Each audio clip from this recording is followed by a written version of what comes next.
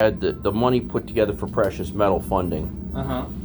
And precious minerals weren't quite yet the rage that they are now. Okay. They weren't seen as the value they are now yet. And then we had a lot of tragedies happen with my mother and with our transportation group between 17 and 21, especially with my mother's health. Okay. And unfortunately, she took sick, and we had some very bad people enter the picture.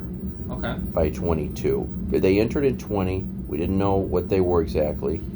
They really entered in 17 with Kevin Eck and a publicly traded fund. If you look this up, ACGX, it's here locally.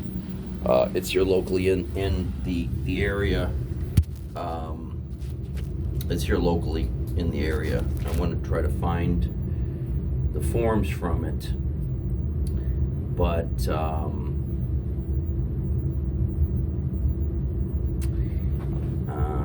may not have them. We were actually just across the street meeting with Schwab, and Mrs. Schwab actually.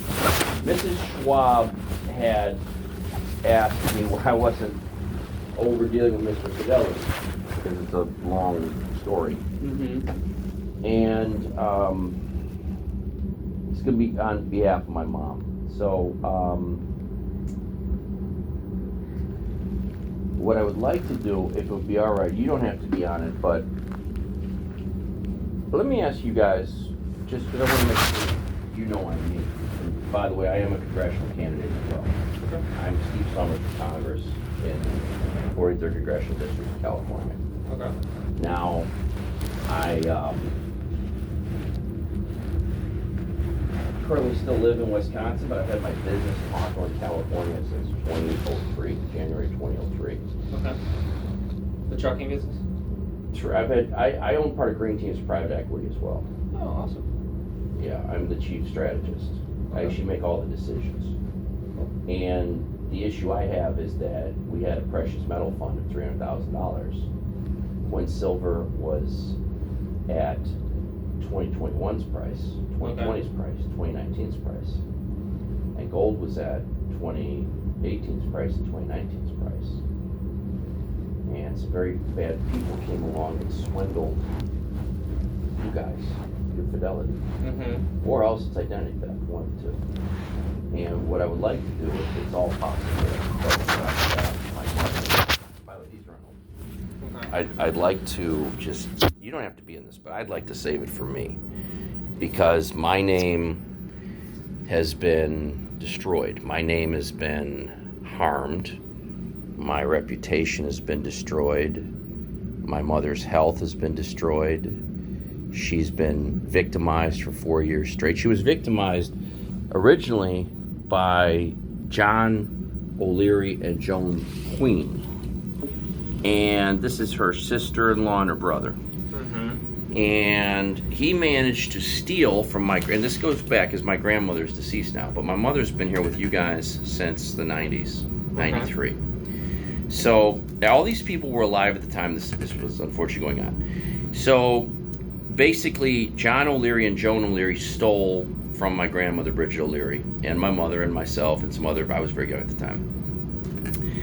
And they did a lot of other horrible shit to my mom. I'm just trying to make it as fast as I can. So they're dead. They died last year, among other things. But they were part of doing all kinds of things with Thomas Kilty, hoodwinked Marie Kilty at the behest of a Harriet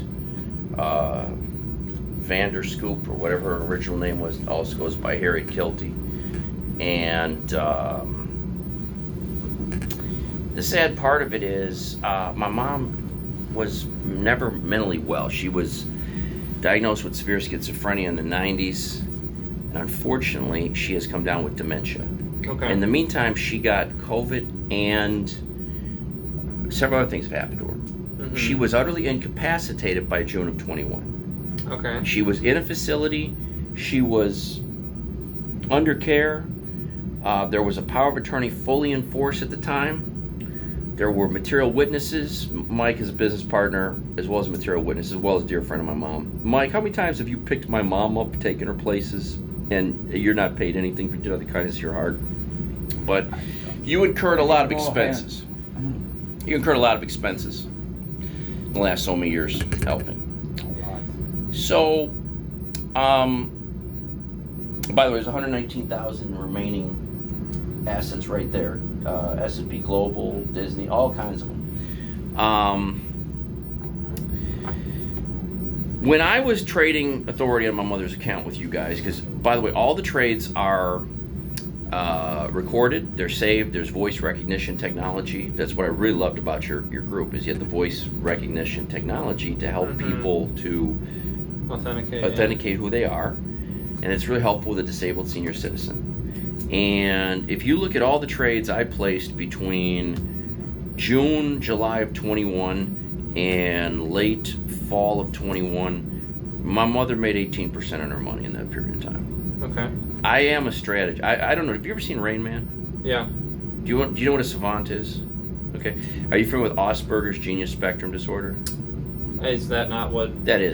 That's Hoffman yeah. had in... Yeah, but it's also, yes, but there's a lot of people have it at different, not as extreme, but there's different varieties of it. But it's earmarked by some parts of their brain are much more ahead than normal people. At the same time, there'll be another part of their brain that, they can't figure out how to buy socks. Yeah. They could be running a 10,000 line trading platform with ink in a room, but hey, Jerry, do you have a pair of socks? What are socks? Yeah, Where do we get those at? That's me. That's why I have my team. Mike, is that not me? That's me. Okay. Mike's like, you wouldn't. In flesh. Yeah. So with all that said, and it took me a long time to figure that out. I got diagnosed at 16, but they hid that from me. They don't give you your medical records until you're older or whatever the fuck. Excuse my language. And then they give them to you and it's 2023. I'm like, what is this nonsense? I'm going through storage units. I'm like, when is this from? When they mailed us? 1994. What does this say? Really? Well, this would explain everything now. Then you go back 30 years of your life, you're like, well, this explains everything. You're like, how the fuck did you know how to do that? I'm like, who cares if I knew how to do it? Just follow my instructions. Now, I was going through a lot of hard times in life until I met a North Shore millionaire, multi-millionaire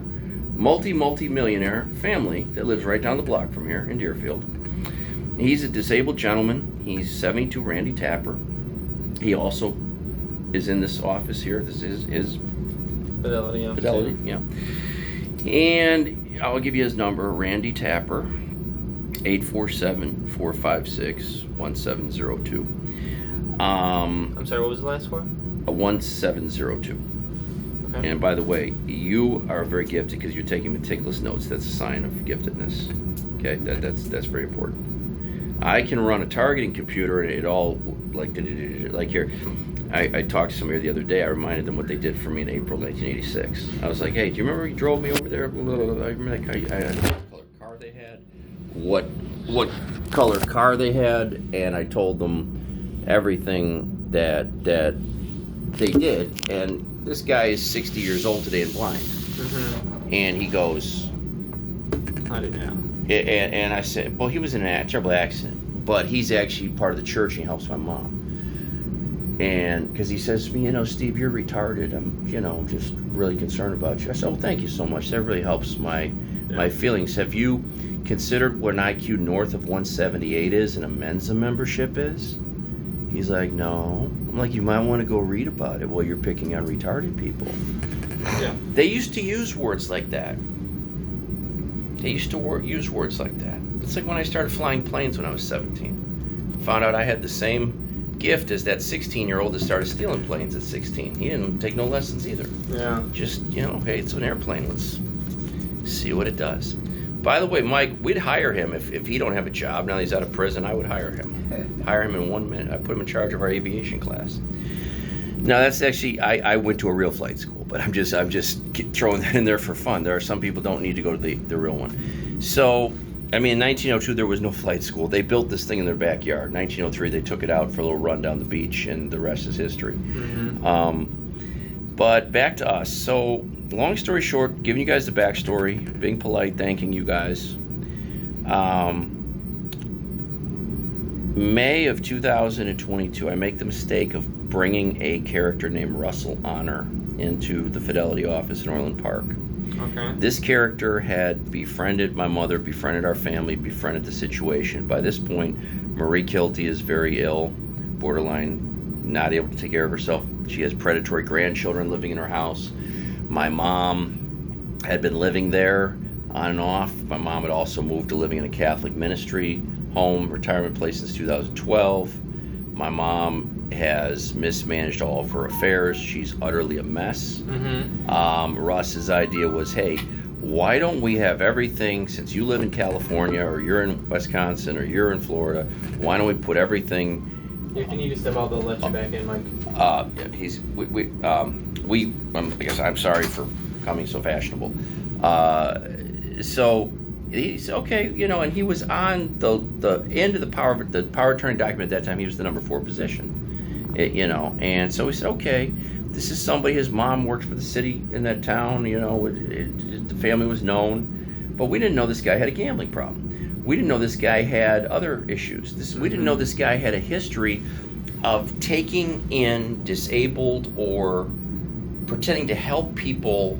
The worst thing I found out about him, I don't care about the millions he stole from us. Actually, I do, because I'm here to talk about it. But the most evil thing I found out that he did was he beswindled a lady in the Beverly neighborhood in Chicago. He was part of Morgan Park Baptist Church. She was a relativeless, older African-American lady who had worked hard her whole life. She was an immigrant from the Caribbean. And this monster ended up becoming her care assistant, her care provider, and her whatever, because his dad was friends with the pastor at the time. He stole her house. He stole her everything. And the only thing she really, because she was very ill at the end of her life, she had sewn a dress in her cultural type of dress they wear in that country. She wanted to be buried in this dress. What he did to her? He put her in the dress and he had her cremated. Oof. Okay, this is the kind of animal this guy is. Now,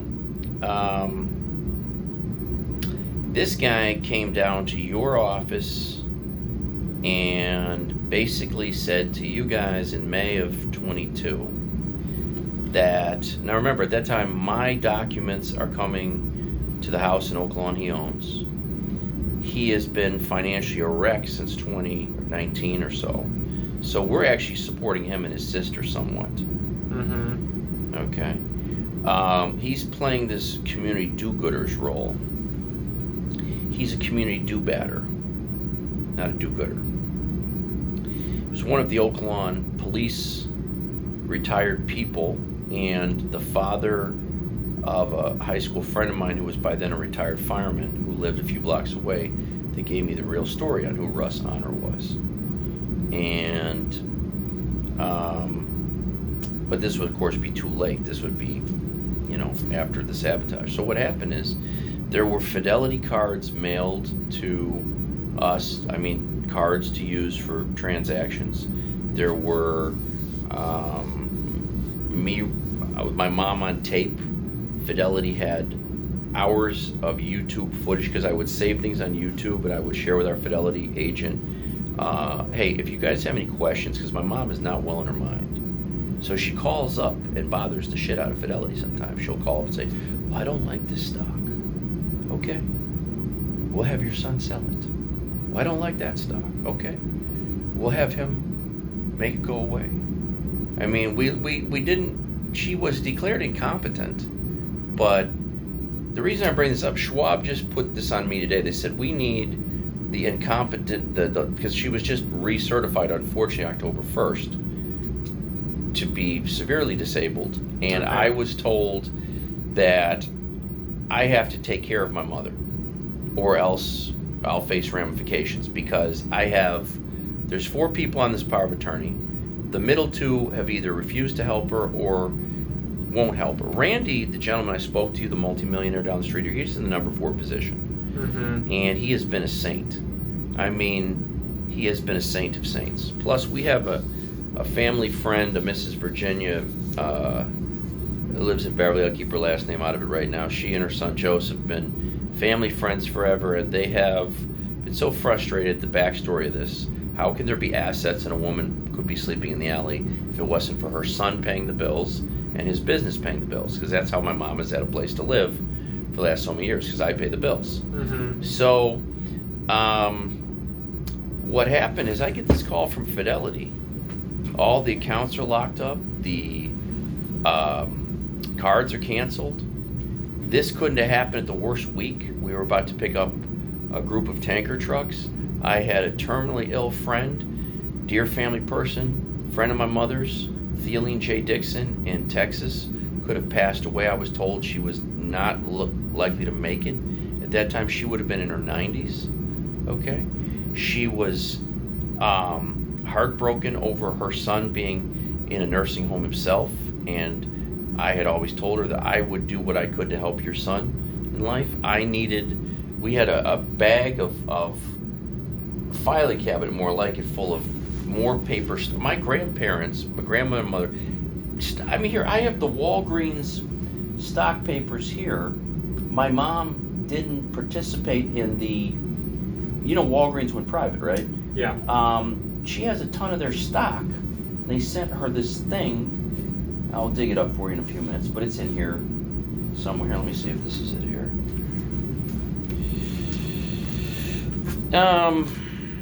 Anyway, well, it's in here somewhere, but it's Walgreens, and they said, hey, look, folks, we're going to give you final price of $11 and something cents a share on Walgreens. It's the final price. You just fill out this paperwork. You got 1 billion shares. We'll send it to you. Randy lives on Wilmont Road, right down the block from the Walgreens headquarters. That's the funny thing. So, Fidelity locks and shuts everything down. They said, we need to talk to your mom. We need to verify, because Russ has made a complaint that you're not managing your mother's affairs. Look, friend, I want to be very honest. Every transaction I made for my mom, every payment, everything. She had 4 storage units. She had nursing home bills. She had business interests. She had a whole litany of things. And I meticulously made sure all this was taken care of. So now, in May of 22, this thing gets locked out. And all of a sudden, we get hit with all kinds of defaults. Fidelity has phone calls with my mom, and it was saved even on YouTube, in June of 22, where my mom is clearly out of her mind, speaking in schizophrenia, speaking in dementia, clearly not able to make any decisions. And she's been living in a place since January of 22 that I arranged for her to move into, the first week of February of 22, that I arranged, that I'm making the payments on. And it's on tape, just like you're not here, but I'm here, because I'm my mother's fiduciary, and I'm also a public figure in California. Now, I'm Steve Summers for Congress, and I'm an executive also in a private equity and a precious metals fund. Because I'm the clown that told everybody 3 years ago, hey folks, when this problem started in Ukraine, let me tell you what's going to happen. All the elements on the earth are going to get real pricey real quick.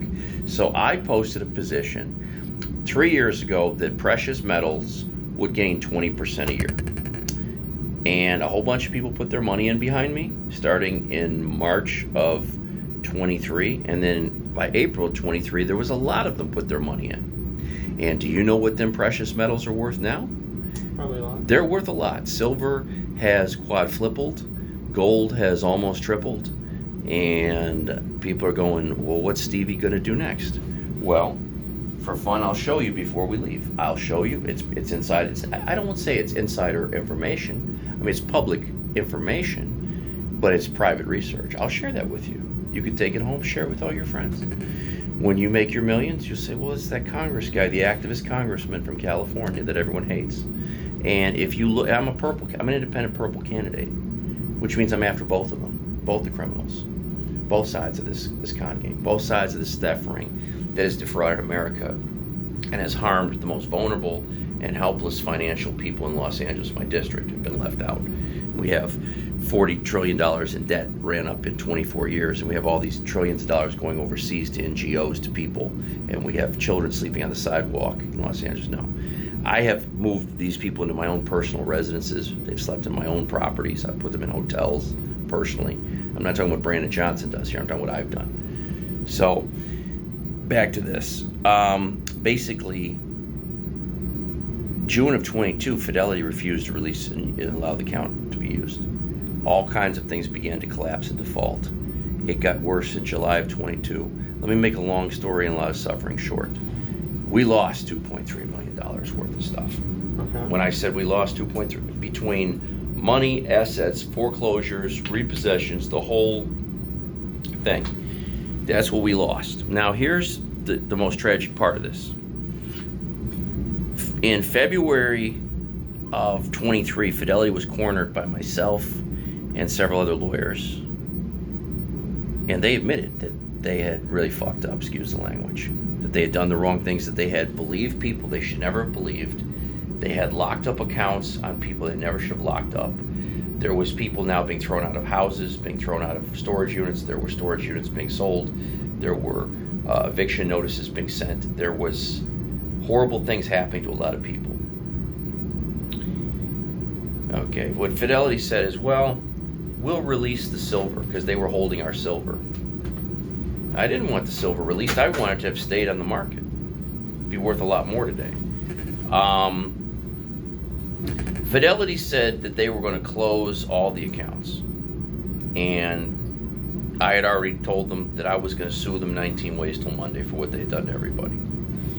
I hadn't finished law school yet at that point. I was still working very hard. In LA and in California, law school works differently in 4 states. In California, Virginia, Vermont, Washington State, and you're still a very young man. I'm 52. You're still a young man. You can still do a lot with this. Let me tell you this. Friends of yours can do a lot with this.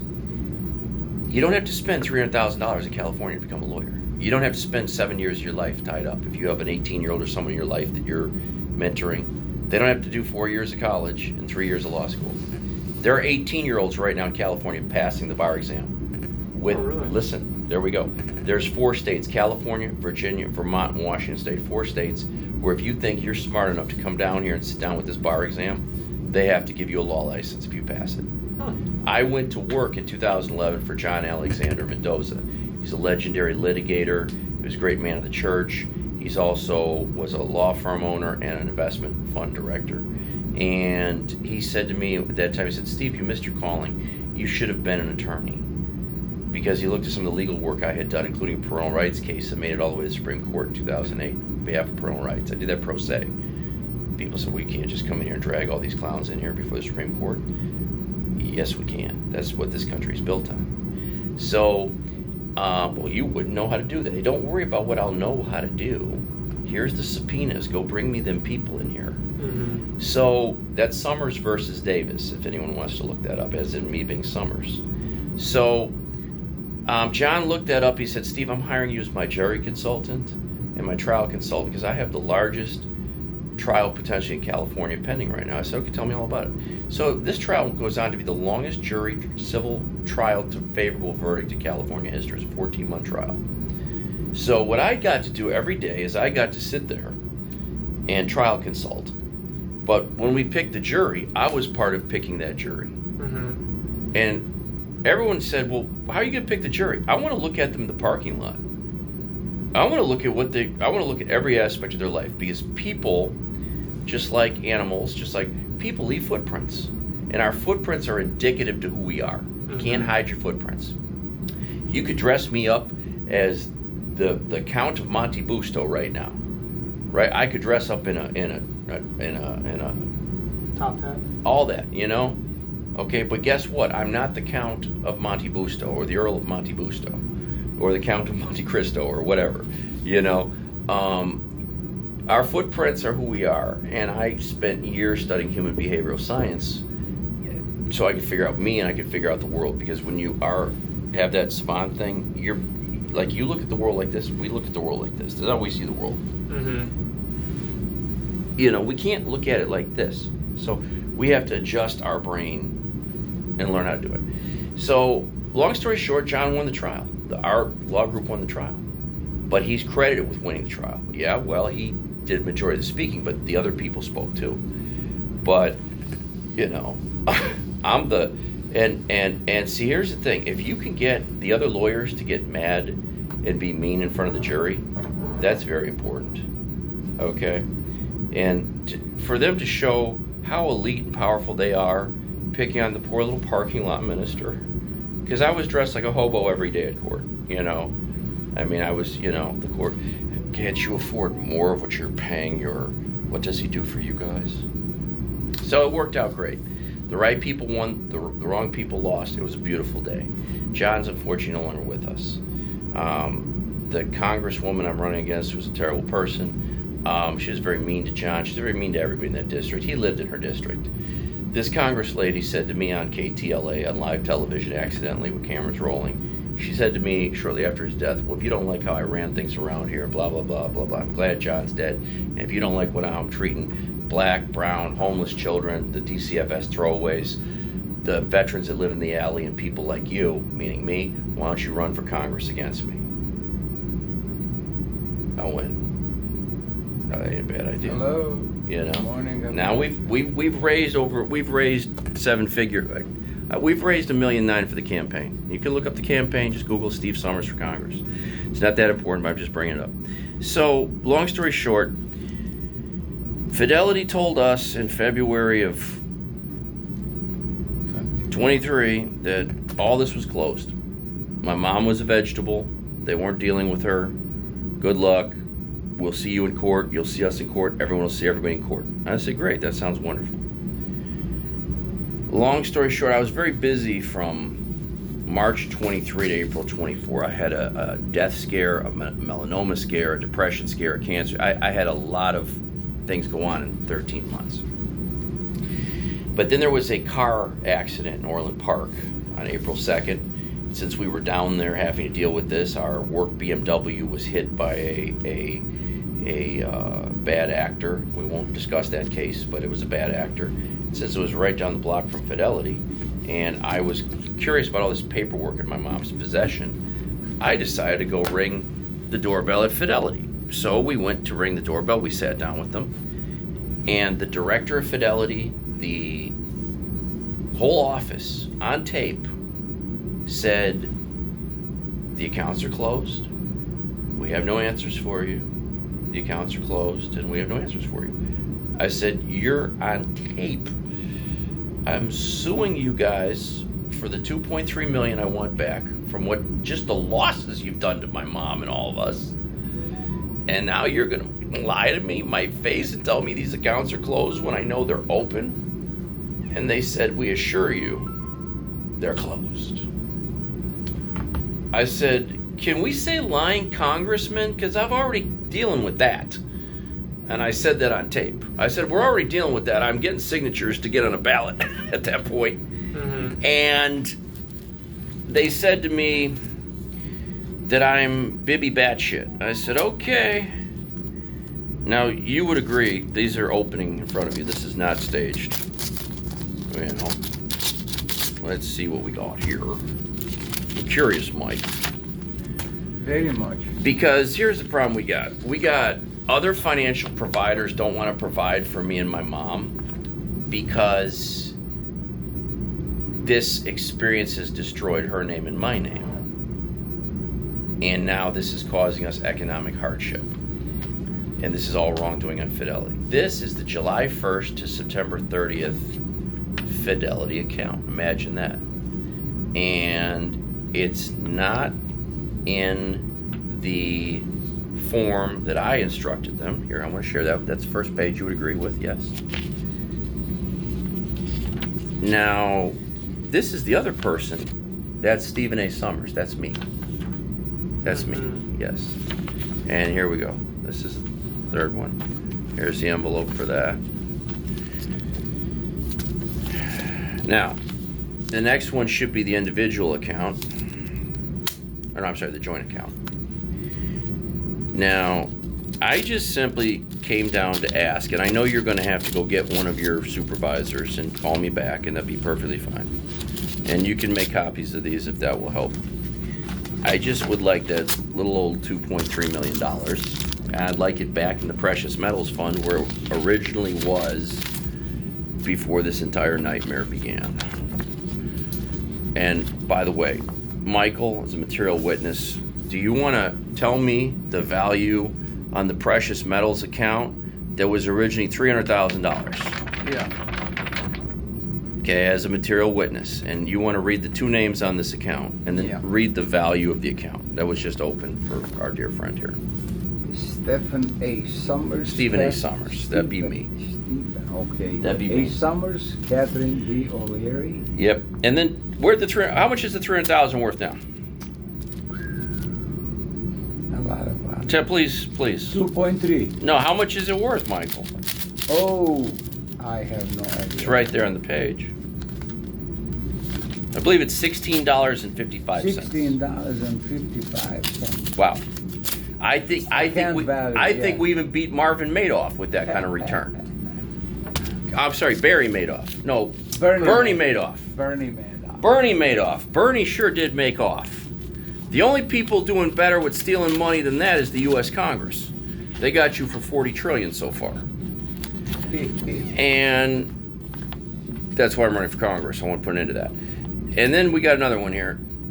This would be the account I opened for my mother on her behalf. This one, Michael, excuse me. This is the account I opened under the power of attorney directive supervised by William P. Butcher, that's Attorney Bill Butcher. On June the 28th of 2021, he signed and supervised that power of attorney. Came to the nursing home. It was videotaped. It was documented. We had material witnesses because Bill said, your mom has a history of having a very bad episode, and if she does, and here, like the latest thing she said the other day to us, she said, my shoulder hurts. And she called she has a thing now, she calls libraries to get people to talk to her. And she gets a hold of all kinds of people. She says, my shoulder hurts and my ankle hurts. Well, Mom, you were rushed to the hospital September 11th. The fire department had to break down the door because you had locked yourself in the residence after the caretaker had left. And you put the security locks on. And then you called us to say, I fell on the floor. Mm-hmm. And this is 4 PM. I said, what do you mean you fell on the floor? She says, I fell on the floor, but I'm laying here, I'm okay. I went, no, you're not. So now I'm coming back there. I'm coming back 100 miles. Okay. I come back there and she's incapacitated. She has sepsis is setting in because we haven't been paying attention to this infected diabetic leg she has. So now it's short-circuited her brain. She has a fever. She's rolling out of bed. She broke her shoulder. She landed on her shoulder. Mm-hmm. So she's in the hospital for 3 weeks, and then we get the diagnosis October 1st that dementia is now in the mid-stage, and she's been declared incapacitated, and they're threatening me with guardianship. This is the original lawyer that prepared the original document for June 28th of 2021, and he sent many letters to you guys reconfirming that Kay, as we call her, my mom, is not well. By the way, I managed this account for her too. It's her Citibank. Okay. She's not able to take care of her. She's not, I mean, she'd go out here and be sleeping on your front lawn if she was well enough to even do that. I mean, no, she's not able to function anymore. So, but she can get on the phone to people, and she got on the phone to you guys with this Russ character, and she got you guys to believe that I was some vagrant that broke in to Russ's house and opened all these Fidelity accounts in person with my fingerprints, with my DNA, with my face on camera. I wasn't sitting there in a COVID mask. Hi, I'm here to open a Fidelity account. I'm here to trade hundreds of thousands of dollars. No, I wasn't doing that. I said, hello, I'm me, I'm here, hello, we're running this. Her brother-in-law is, and he's on the power of attorneys too, he's a professor at Michigan State University. He was her sister's husband for many decades. And his brother's the priest in the district. Mm-hmm. They tell him what the priest will do to help. This is Father Ken Fleck, who Mrs. Virginia F. gave a lot of money to in the 1990s. Yeah. So, do you? If you need copies of this, I'd love for you. I'll be able to pull it up from anything up from the, Sure. just the account number. Because here's the thing, these are live accounts. These are not closed accounts. These are live accounts, and she needs to move 112,000 worth of stock. Okay. She needs to pay some bills. I have YouTube footage of everything. I even have YouTube footage of her being left for dead on June 9th by the people supposed to have been taking care of her under the old administration. I want to bring that up for you to see. I want you to have the horrible displeasure of seeing this. I don't need to see that. No, she was, this is June 9th, and this is a bargain, because the hospital, she was in the hospital again in May of last year. The hospital said, we have a discount nursing home that we're they said affiliated with. They didn't tell me we're owners of it. Mm-hmm. Okay. And basically, I'm in and out of town sometimes 2, 3, 4 days at a time. But at this time, my mother was well enough to go, she was still going places on the train in April here, going to see her sister, her sister's down in the other nursing home, Beverly. I mean, she was functioning. Mm-hmm. And these people, they call it baseline in medical treatment. They let her baseline hit the pavement. They left her for dead. This is how people lose their loved ones in a nursing home. And you have older people. Your family has older people. I think everyone needs that. That's why I put the video on YouTube. I'll email it to you if you want to see it. But basically, that morning, that's how God works. We were down here near Morton Grove. Mike's got hit in his Lexus. He got hit on the way to work. I'm on the work truck. He says, Steve, you gotta come get me. Well, I just got hit. The Lexus has been run over. So I come down there. I'm like, this is horrible. And then the guy I got working in the dish room in the nursing home calls me. And it's the only reason I'm in the area, because Mike got hit. Mm-hmm. He says, your mom's unresponsive. They're not doing anything to help her. She's running a fever. Oof. I said, I just talked to her last night. She sounded not well, but this definitely doesn't sound like her. So I'm calling, getting no answer. So by the time we get there at 1 o'clock, she's in a coma. Fire department said in a few more hours she's been gone. These assholes in the nursing home are like, well, we have a doctor coming next week. It's on tape. It's all on tape. It's all on tape. That's terrible. And I'm not asking that much for that. Here's how we're going to handle them. They're going to invest the money in our new staffing company, because the number one reason these nursing homes are killing everybody, saying they have to let everyone die, is because they don't have enough staff. And then my mother's roommate was found dead August 13th. Interesting. Yeah, a few months later. So can you look up what we can do, how we can do this? Can you call Randy? Can I call Randy right now? Because I can call him on my line for us. He's spending $900 a day to help us. Okay. He wants to know why he's got to spend $900 a day when, and I remember I work for them. I mean, I'm supposed to be strategist, not. Hey Randy, how you doing? Be nice. You're on the public here. Hello. Yeah, go on. Parking lot minister speaking. I'm here with our dear friend, financial service representative. Could you share your name? Adam. Adam is here with us. So, Randy, you remember your dear friends at Fidelity Northbrook, right down the street from you? That was it Fidelity? I don't remember. No, Go on. Fidelity used to do business with them. Okay. And so here's what we're doing. We're putting half in, well, anyway. Schwab is working on we finished with Schwab. They're doing their assignment for you. But when we were at Schwab, the dear Schwab people said, why aren't you straightened out what happened at Fidelity? I said, I really don't want to get into that giant bag of fish until I'm actually got my TV show, because I want to make a spectacle out of them and make it part of my congressional campaign. Because if they'll do this to me, who else could they have done this to? But I decided, you might as well give them one more chance. You're right across the street. Just come across and talk to them, because we need to get my mom funded and get you funded quick, right or wrong. Say yes. Yeah. So you don't mind doing business with Fidelity if it came down to it, correct? No, I've done business with them before. At the Northbrook location. I don't know where the location, everything was online. Well, I'm gonna let the gentleman look up your stuff. I'm gonna have you give the gentleman your stuff because these accounts are still. By the way, Adam, these accounts are all open right now. The 3 we've looked at because we didn't fake this paperwork. You would agree with that? Yes. I haven't pulled them up. I have no idea. Okay. Could you yank them? I'm gonna have to get a manager to take a look at this. This All right. admittedly sounds a little bit above my pay grade here. I don't know. No, I'm with. Hey, I'm with you. Hey, I'm with you. Hey, this poor guy is seriously with us on this. They want us to see good things. All right, we're gonna be finished here in 15 minutes, okay? But I'm gonna leave your information for him, they can call you back, okay? Will you please take me off the speaker so we... I'm leaving the phone number for you or for them to call you because this will be done one way or the other before the day ends, okay? We're right down the street right now. We're taking care of it, okay? She told me the same thing. She's coming to Fidelity too because my mom told her they stole all her money and were mean to her and mean to me. And I'm going to give Mrs. Farrell's check at 3 o'clock if worst comes to worst. I'll have her check picked up by 2 for you. Got it. Bye. See, he wants his lettuce. He's mean.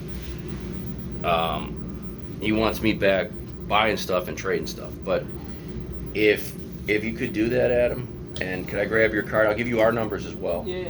And we'd love to end up being friends and not have to go the hard way. Yeah, grab one from Mike.